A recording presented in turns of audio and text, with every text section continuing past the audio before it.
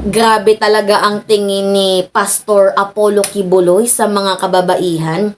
Hindi niya tayo tinitingnan as a human. Ang tingin sa atin guys ni Pastor Apollo Kibuloy, especially guys sa mga kababaihan, ay isa lamang hong parausan. Talaga nga naman, may nanay ka ba, Pastor Kibbs? Anyway, sabi din ni Arlene Stone, bawal daw din palang makipag-chat itong mga babaeng miyembro ng KOJC, Kingdom of Jesus Christ under by Pastor Kibuloy sa mga kalalakihan kasi isa lang ang ibig sabihin nun. Kapag nakipag-chat ka or nagsabi ka ng I love you or nag-I love you to ka, it only means na binigay mo na daw ho ang sarili mo sa taong iyon.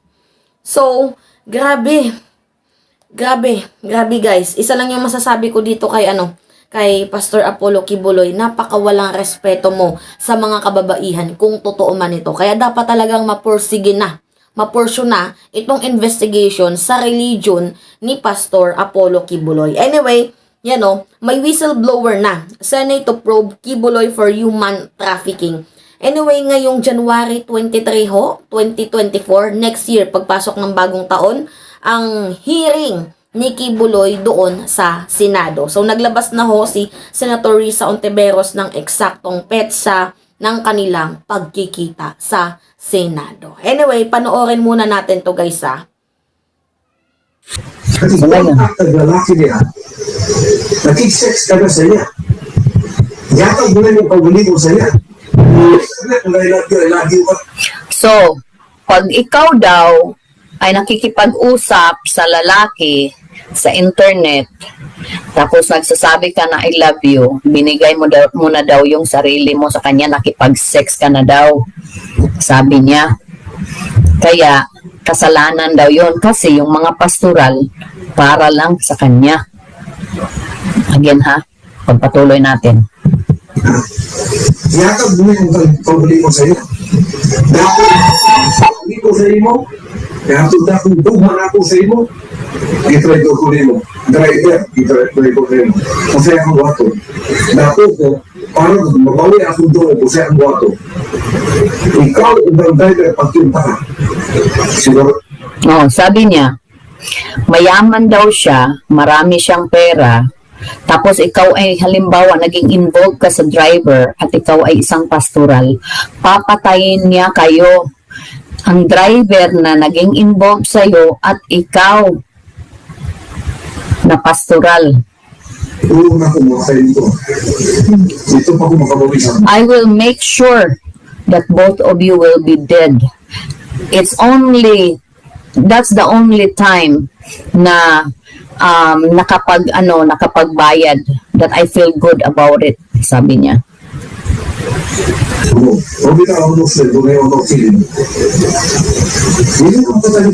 And he said that even the Muslim daw, they have honor killing. They even offer their women to be a prostitute para daw pang stress reliever. Imagine yung woman pala kay Pacquiao is just a figure of sex. No, grabe. It's only a figure. It's not a human. Ganun daw yun sa yung mga Muslim daw. Imagine. Dinamay pa talaga guys yung mga kapatiran nating Muslim. Hindi ko talaga masikmura itong si Pastor Apollo Kibuloy. Sa image guys ng Kingdom of Jesus Christ, sa totoo lang, nung una kong marinig to, kala ko napakalinis ng grupong to. Literal na tumutulong sa mga nangangailangan. Pero meron din palang behind the scene na kailangan nating malaman dito. Tama nga yung sabi nila guys, huwag tayong magtitiwala sa mga sabi-sabi, sa social media, or kung sa anumang kineme-kineme. Kasi lahat naman talaga may other side. So, hoping sana na ito na yung last, yung Kingdom of Jesus Christ na ang last na makakasuhan ng ganitong scenario na humihingi ng pera, mga donation, tapos yung donation mapupunta lang din sa isang tao na, you know what, ang ginagawa ay para mapunan ang lavish lifestyle ng taong iyon. So, sana ito na yung huli, no? Or wag nang madagdagan. Pero anyway, nakakalungkot guys, kasi yung mga kababaihan doon sa loob ng Kingdom of Jesus Christ, once na nakapasok ka doon, bawal ka nang lumabas. Kasi once na lumabas ka, meron kang paglalagyan. It's either ipapategi ka, pati din yung mga pamilyang involved sa'yo. Kagaya nga ng sinabi ni Ate Arlene Stone, 'di ba? Sabi niya, kapag may driver na involved sa'yo, dalawa kayo pinapategi. So, talagang nakakalungkot. Grabe yung life-threatening na ginagawa ni Pastor Kibuloy. Hindi ko alam bakit niya sinabing appointed son of God siya. 'Di ba? Self-proclaimed, tapos yung ginagawa niya ay mga pambabalahura dito sa ating mga kapwa Pilipino, especially sa mga babae. 'Di ba? Meron bang appointed son of God na yung kapwa mo tao, pinapahirapan mo? Anyway, yan nga yung sabi ng mga nakararami, 'di ba, na mag-ingat tayo sa mga taong nagpapanggap na Diyos, Diyosan, anak ng Diyos or related sa Diyos. Mag-ingat tayo kasi imbis na mapunta tayo sa, magandang buhay, sa langit, iba yung mapupuntahan natin. So, talaga nga naman. Anyway, ito yung sabi dito guys sa balita. Senator Risa Ontiveros has set a date next year to investigate Pastor Apollo Kibuloy for alleged human trafficking. So, dapat naman talagang maimbestigahan guys para malaman natin ang katotohanan kung sino ba yung nagsasabi ng totoo. At saka kung wala ka namang ginawang kasalanan, bakit ka matatakot magpaimbestiga? Right? Anyway, Ontiveros, as a chair of the Senate Women, Children, Family Relation, and Gender Equality Committee, set the hearing on January 23, 2024. So, sa mga hindi nakakaalam guys, yung kaso din ni Senior Aguila, ang humawak niyan ay si Senator Risa Ontiveros. So, saludo ako, Ma'am Risa Ontiveros. Talagang 24/7 ang iyong paglilingkod. Pero there's a moment, there's a time na hindi ko gusto si Risa Ontiveros. But in some cases, katulad nito, mas gusto kong i-portion niya to. Kasi madaming mga tao ang involved dito. So, para siyang isang malaking drug syndicate, parang ganon. Other version nga lang, parang ginagamit nila yung religious group para mang-abuso ng mga tao. Anyway, the committee will probe the allegation reported to Ontiveros' office that followers were forced by Kingdom of Jesus Christ to beg for money to finance Kibuloy's lavish lifestyle. Guys, hindi lang yan dito nangyayari sa Pilipinas, yung nanghihingi sila ng pera by doing solicitation letter. Pati din sa ibang bansa, 'di ba may pinakita na ako sa inyong video na kahit doon sa Amerika, nang hihingi sila ng pera, donation, para sa Kingdom of Jesus Christ ni Pastor Apollo Kibuloy. Na siyang kinall out din yan ng mga netizen noon. Pero wala tayong magagawa kasi si Duterte pa yung presidente noon. 'Di ba? Talagang may kapit.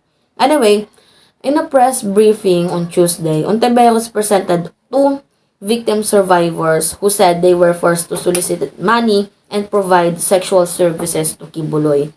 So, hindi nyo din ba alam guys na itong mga babae naglalaban ng damit ni Kibuloy, pinapaliguan siya, and then nagpe-perform ng mga sexual services, which is, sexual services involve sex. Like that. So, ang tanong dito, meron kayang anak si Pastor Apollo Kibuloy sa mga babaeng, nagalaw niya? We do not know kung meron siyang anak or baka may, hindi natin alam, baka may pinalaglag or something else. 'Di ba? Hindi natin alam. So, that is one of a really big question for me na tumatatak sa isip ko. Kasi if as Pastor Apollo Kibuloy doing sexual performance with the girl nandito sa loob ng Kingdom of Jesus Christ, kung madami man yan, we do not know na baka mayroong isang, bunga ng kanyang kasalanan. Oh my goodness. Nakakaloka. Anyway, an alias Jackson said he was forced in 1999 to beg for alms and then punished with slaps if he come up short. So, bukod guys sa nararanasan nilang, sexual abuse, meron din hong pagpadal, pagpalo, pagsampal if hindi nila na-receive ang kanilang quota. I mean, hindi nila nakuha ang quota. Kunyari, ang quota nila is 800 tapos 150 lang guys yung na-remit nila. Pinapalo pa sila at pinapadel. So, Arlene Stone naman, now based in US, added that she served as a pastoral in Kibuloy's inner circle and pretended to be deaf and mute to beg money when she was as new converted at 15 years old. So, para ho makagain ng sympathy itong mga namamalimos dito sa Kingdom of Jesus Christ ni Pastor Kibuloy, pinagsisinungaling sila na dapat ikaw magmukha kang bingi, pipi, tapos, kunyari, nag-aaral ka para makakuha ka ng mas malaking, limos, donation sa mga taong hinihingan mo. So, the senator said there is a need to investigate the alleged sex ring to improve the country's anti-human trafficking law. Ontiveros asked the Department of Justice to issue an immigration lookout bulletin order against Kibuloy amid the serious allegation of abuse hurled against the religious leader. So, basically guys, pinapa-watch out na itong si Apollo Kibuloy na hindi makalabas ng country. Hindi siya makalabas ng country para yung mga allegation against sa kanya ay kanyang masagot. But then, ngayong March 19, if I'm not mistaken, pinapatawag din siya sa US para harapin ang kasong kinakaharap niya. Kasi meron din nagkasong mga PhilAm doon sa US dito kay Pastor Apollo Kibuloy. So, sabi dito, in a letter dated December 13, Ontiveros asked Justice Secretary Jesus Crispin Remulla to look out order to ensure Kibuloy remains in the Philippines as the Senate conduct its investigation. Yun na nga, just like what I said, hindi ho payagan si Kibuloy na lumabas ng ibang bansa. Kasi 'di ba, most of the Filipino, kapag may kasalanan sa ibang bansa and they have money, they go outside the country and kagaya ng ginawa ni Andy Bautista. 'Di ba? Meron siyang kaso sa bansang Pilipinas, meron siyang kinakaharap na kaso sa bansang Pilipinas, and then ang ginawa niya ay pumunta siya sa ibang bansa. Nasa US siya, doon siya nagtatago up to this moment. Anyway, in the interest of justice and due process, it is my strong desire to ensure that he will be physically present in the Senate for the hearing. So, in her resolution calling a probe, Ontiveros said the self-appointed Son of God allegedly demanded strict obedience from his full-time followers through brainwashing, psychological manipulation, and constant threat of internal damnation. So, just like what I said guys, dito sa Kingdom of Jesus Christ, if, 'di ba, alam mo na yung confidential secret record ng KOJC. Once na you want to go out, you want to leave the Kingdom of Jesus Christ, there will zero chances of leaving. Kasi if you will leave and meron kang alam sa confidential secret ng Kingdom of Jesus Christ, ang ginagawa sa'yo, instead na makaalis ka or isiwalat yung baho ng Kingdom of Jesus Christ sa mamamayang Pilipino, ang ginagawa nila, pinapategi ka. Yan ho yung testimony ni Arlene Stone base ho sa kanyang nakuhang voice record dito kay Pastor Apollo Kibuloy sa loob ng Kingdom of Jesus Christ. Anyway, sabi pa dito, she said her office received information that Kibuloy has an inner circle of pastoral tasks with washing his clothes, bathing him, cleaning his bedroom, and giving him a massage. So, yan ho yung mga performance dito kay Apollo Kibuloy sa inner circle na ginagawa. May pinaglalaban ng kanyang damit, pinaglilinis ang kanyang kwarto, at pinapamasahe siya. At yung iba naman, there is also an innermost circle which provide sexual services to Kibuloy, with some followers being minors at the same time. So, you know what guys, human nature ng mga lalaki na tsumibog ng mga magagandang babae. So, you know what, hindi na malabo dito kay Pastor Apollo Kibuloy na itong mga chinitsibog niya ng mga babae, if the statement of Arlene Stone is true, imposible naman na mga chupapi monyenyo. You know what, chupapi monyenyo guys, mga pangit 'Di ba? Wala namang pangit sa mundo. Pero you know what guys, meron kasi tayong mata na meron kasing iba't ibang beauty. Beauty inner at beauty outside. So, you know what guys, physical appearance. So, wag na tayong magbula-bulahan dito guys. So, 'di ba? Pwedeng mangyari, hindi malabo na itong mga natsyibog ni Pastor Gibbs, if totoo nga itong statement ni Arlene Stone, is, mga nagagandahang babae, yung mga nagpe-perform sa kanya ng sexual services. So, Kibuloy is wanted by the Federal Bureau of Investigation, FBI, for human trafficking, amid allegation he forced women to do sex with him as part of their night duty. Oh my God. Kung ako yon hindi ko makakaya yon. Pero, you know what guys, yung ibang miyembro ng KOGC is a victim, diba, ng mga pambi-brainwash, black propaganda, and also by doing manipulation.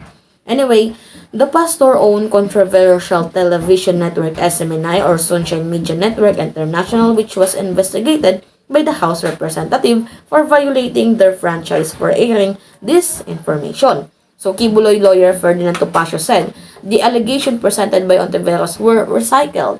Recycled daw, basura. And should be brought to the proper forum, not before a Senate panel. So, the Senate is not an investigate agency. It is not the court, police, or NBI. Sabi yan ni Topacio. Feeding frenzy. Kasi, guys, ito totoo lang. If, wala kang kasalanan, magpakita ka. Kasi kung matapang ka, kung wala kang kasalanan, proud to be ka. Kung ang Diyos nga, 'di ba, walang kasalanan, hinarap niya yung mga allegation, si Jesucristo, ito pa kayang appointed son of God, self-proclaimed na si Pastor Apollo Kibuloy. Kung totoo wala kang kasalanan din, show up. Ipakita mo kung sino ka. Yun ho. Anyway, nakakalungkot isipin. Yun lamang ho guys. It's me again, si Mimali Sianyot. Nagbabalik ulit para sa ating panibagong video.